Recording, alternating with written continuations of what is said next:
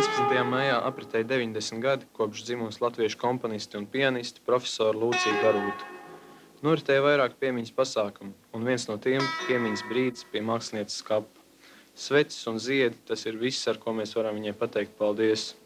Tur arī es satiku Lūcijas Garūtas māsasmeitu Guntu Krastiņu, un man par lielu pārsteigumu viņas teiktais bija par puķu zagļiem kapos.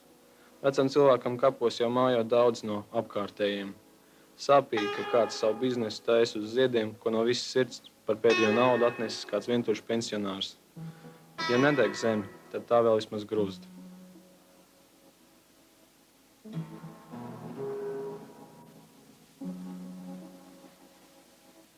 Un vēl par citiem kapiem. Zem katra krusta pa mūžam, un šeit arī tur, kur krusti izgāsti. Visur apakšā pīšļi, tas, kas mums jāciena. Tas, par ko mēs tapsim jau tik drīz visi.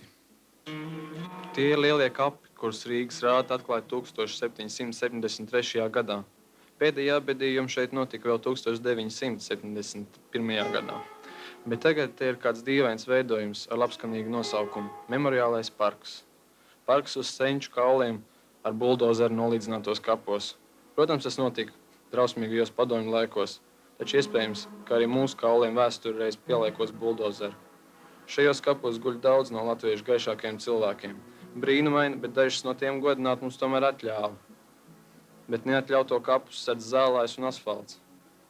Te ir pieraudātā kapu zeme, te robeža, kur nezināmajā iegājuši Jānis Balmans, pirmais profesionālais latviešu arhitekts, Ādams Ārgailis, aktīvs tautskolotais un diriģents, Krišjāns Valdemārs, Krišjāns Barons un Andrejs Pumpurs, par kur nopelniem latviešu kultūrā nav jāatgādina.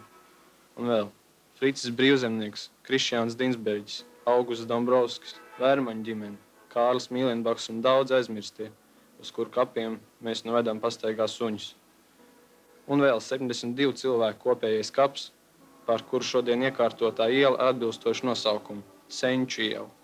Tā mēs Rīgā cienam savu pagātni. Ko varam gaidīt no nākotnes, nicinot savu senču pīšļus?